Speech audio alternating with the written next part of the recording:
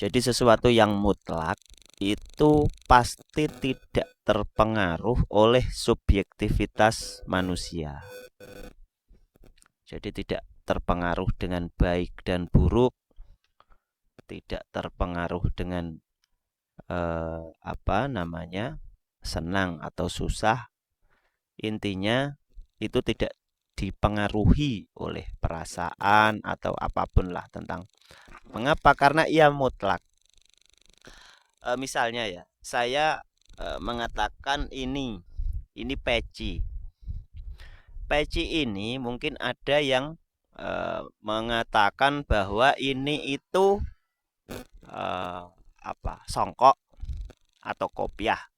Nah, ini mau disebut songkok, mau disebut kopiah, mau disebut sebagai peci, bentuknya tetap ini.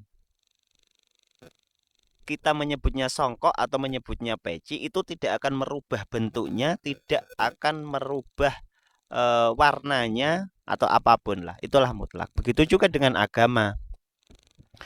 Agama itu karena ia bersumber dari Tuhan, jadi ia tidak terpengaruh dengan nama.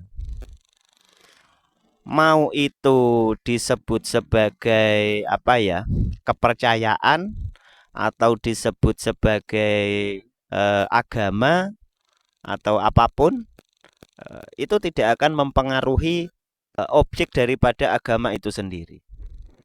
Begitu juga dengan Tuhan.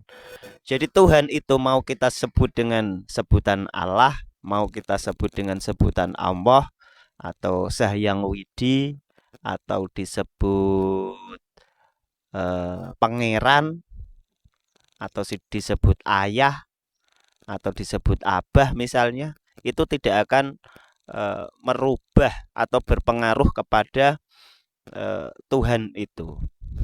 Nah, itulah sebenarnya agama. Jadi agama itu bukan tentang merek, bukan tentang Islam, bukan tentang Kristen, bukan tentang Hindu atau Buddha, tetapi itu tentang sistem. Jadi agama itu sistem yang menghubungkan antara manusia dengan yang Sang Pencipta atau Tuhan itu sendiri. Dan itu tidak terpengaruh oleh penyebutan atau apapun. Nah, karenanya kalau kita menganggap bahwa Tuhan itu adalah nama atau sebutan itu, ya nanti akan banyak sekali banyak nama. Jadi Islam menyebut Tuhannya